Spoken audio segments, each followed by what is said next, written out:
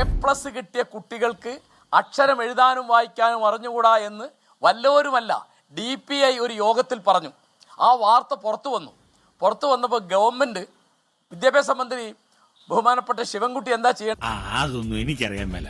അത് സത്യമാണെന്ന് അന്വേഷിക്കാൻ വളരെ എളുപ്പമാണ്. അദ്ദേഹത്തിന്റെ അയൽവക്കത്തുള്ള A+ കിട്ടിയ ഒരു കുട്ടിയെ വിളിച്ചിട്ട് ഏതെങ്കിലും 4 മലയാള വാക്ക് എഴുതാൻ പറഞ്ഞ ഒരു കേട്ടെഴുത്ത് കൊടുത്താൽ മനസ്സിലാവും. അങ്ങനെ പറയരുത്. പിന്നെ എങ്ങനെ പറയണം? അന്വേഷിച്ചത് എന്താണെന്നറിയോ? ആ യോഗത്തിൽ DPIയുടെ ഈ സംഭാഷണം ചോർത്തിയതായിരുന്നാണ് അന്വേഷിച്ചത്. എങ്ങനെയുണ്ട് അന്വേഷണം?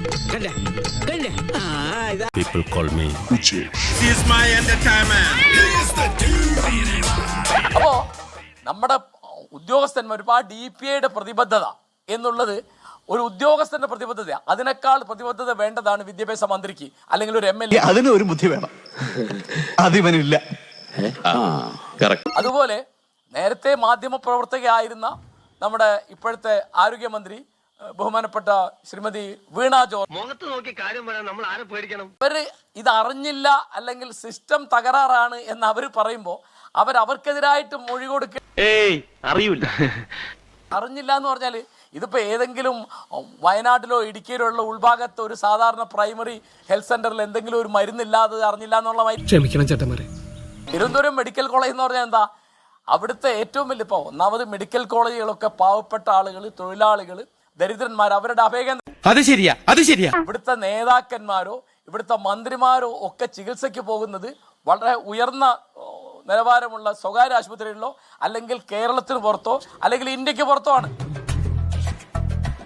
പ്രധാനപ്പെട്ട ആളുകൾക്ക് പോകുന്ന അമേരിക്കയിലാണ്. അത് നീ എന്നെ ഇൻഡയറക്റ്റ് ആയിട്ട് കുത്തിയതല്ല. അല്ല, ഡയറക്റ്റ് ആയിട്ട് കുത്തിയതാ. ജോജോൻ പറഞ്ഞ മാതിരി 2 കോടി ലോക സമാധാനത്തിന് മാറ്റിവെക്കുക. നമ്മുടെ ഗവൺമെന്റുകളുടെ പ്രധാനപ്പെട്ട പ്രശ്നം മുൻഗണനാക്രമം ഇല്ല എന്നുള്ളതാണ്. നാട്ടുകാരുടെ ഭാഗ്യദോഷം, അല്ലാതെ എന്ത് പറയാനാ? അല്ലേ സാറേ? ഇവിടുത്തെ രാഷ്ട്രീയ പാർട്ടികൾ എല്ലാവരും LDFിലും UDFിലും ഒക്കെ എല്ലാവരും എന്താ പറയാ, പ്രത്യയശാസ്ത്രമായിട്ട് അവതരിപ്പിക്കുക വികസനമാണ്. സർക്കാരിന്റെ കാര്യം ഇവിടെ മുന്നിൽ പോകരുത്. അവരുടെ പരിഷ്കാരങ്ങളാ ഞങ്ങൾ ഗതികേട്ടിലെത്തിച്ചത്. വികസനം എന്ന് പറഞ്ഞാൽ എന്താ?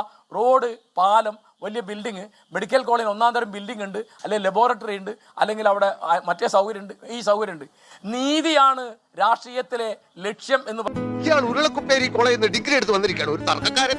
നീതി ഉറപ്പാക്കാതെ ഏത് വികസനത്തെ പറ്റിയാണ് നമ്മൾ പറയുന്നത്? അല്ലല്ല ഇങ്ങനെ ഞങ്ങളുടെ പാർട്ടിക്കെതിരെ ചർച്ചയ്ക്ക് വെച്ചിട്ട് എന്നെ ഇവിടെ ഇരുത്തുന്നത് എന്താണ് ബ്രോ മോഡേൺ? അല്ലല്ല, അത് വേണ്ട. 8:30 പരിപാടിയാ. നിങ്ങള് ഇങ്ങനെ വിളിക്കുന്നത്. എന്താ നമ്മുടെ പേര്? അനിൽകുമാർ. നോട്ട് ചെയ്തോ? ഞങ്ങൾക്ക് വരും, സമയം തരും. വേണ്ട, അങ്ങനെ വരേണ്ട കാര്യം. ഔദാര്യം വേണ്ട. ഓ, ചളവാക്കും. ഔദാര്യം വേണ്ട, വിളിക്കാതിരുന്നാ മതി. എന്താണ് അങ്ങനെ പറയുന്നത്? ഔദാര്യം വേണ്ട, വിളിക്കാതിരുന്ന. ഇത് നേരെ ചൊവ്വ പോകുന്ന ലക്ഷണില്ല. കാരശ്ശേരി ഇപ്പൊ പറഞ്ഞിട്ട് പോലെ ഏത് കാരശ്ശേരി ഇരിക്കുന്നതാണ് അങ്ങയുടെ പ്രശ്നം. ഏത് വേർഷനാ ഇന്നത്തെ വിഷയത്തെ കുറിച്ച് അല്ല, കാരശ്ശേരി ഇരിക്കുന്നതാണ് അങ്ങയുടെ പ്രശ്നം. ഒരു പ്രശ്നമില്ല. അല്ല, കാരശ്ശേരി ഇരിക്കുന്നതാണോ അങ്ങയുടെ പ്രശ്നം? ശ്രീകുമാർ, ഞങ്ങൾക്ക് നിങ്ങളാ പ്രശ്നം. കാശ്മീരാണ് ചുമ്മാ ഇരിയടേ.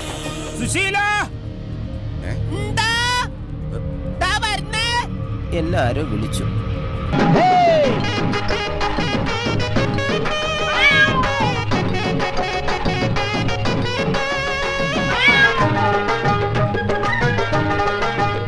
ചന്ദ്ര ഒന്ന് സബ്സ്ക്രൈബ് ചെയ്തിട്ട് പോടാ.